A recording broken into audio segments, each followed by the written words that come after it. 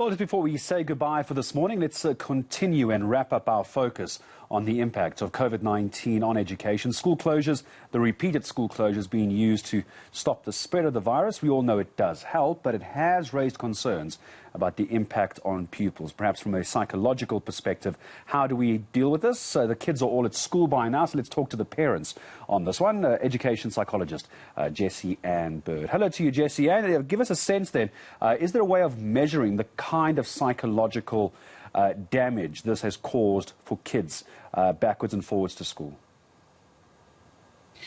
Good morning, and thank you for that question, because I think it's so important that we start thinking about the extent of the impact that this is having. We don't have an ability to quantify it yet because we're still in it.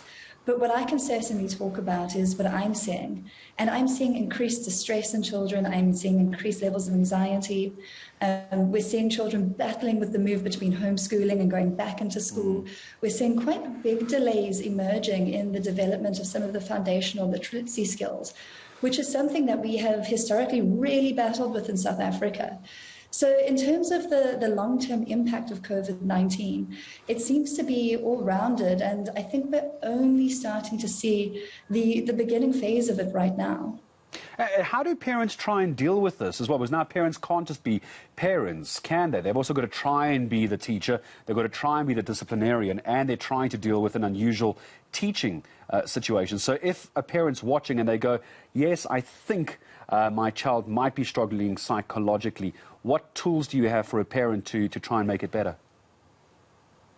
I think the first thing I want to just acknowledge is the effort that parents have put in and how they've suddenly had to learn how to play this dual role, which has been incredibly difficult. The one thing we have to acknowledge is that this cannot fall to the parents alone, but they are the ones that will be the first to notice when their children are battling. So it's noticing things like the changes in behavior, changes in sleep patterns. Perhaps are they seeing some regression where children are becoming more clingy or needy or anxious than before, or maybe they're going backwards in some of their milestones, like maybe they've started bedwetting again.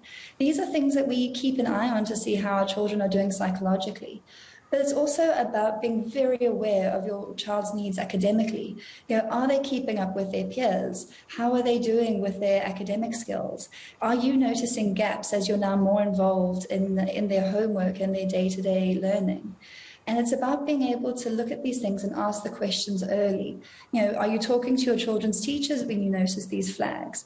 And of course, if you have a real reason for concern, it's then looking at, do I need to have my child assessed by a psychologist, in terms of maybe a psychoeducational assessment, to look at where their functioning is and to see if there are any barriers that need to be identified so that they can be supported. Perhaps let me leave you with this last question, Jessie-Anne, if that's okay. We know now that there's going to be the rollout of vaccinations for 12 years and older. If a parent is watching now, they're going to get asked the question, are you going to vaccinate your child or not? How does a parent have the discussion with a youngster who could have access to social media, their friends, they're hearing the mixed messages that you and I are getting the whole time, but might not understand the pros and cons? What do you advise parents who need to try and have a conversation about vaccines with their youngster? Sure, there's a lot of anxiety about this at the moment. And as with anything, I would start the conversation with the question of, what have you heard? What are people talking about? What have you read? Do you have any questions? What do you understand with it? And if you can start by seeing where your child's understanding is, that's a good starting point for the conversation.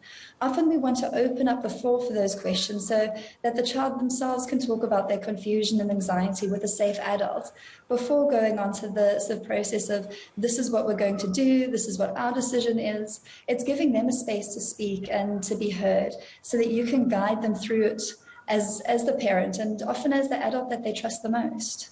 That's wonderful advice. Jessie-Anne Bird, educational psychologist, joining us all the way from KZN this morning. Some really good advice to help not with just the education thing, but now that big talking point. And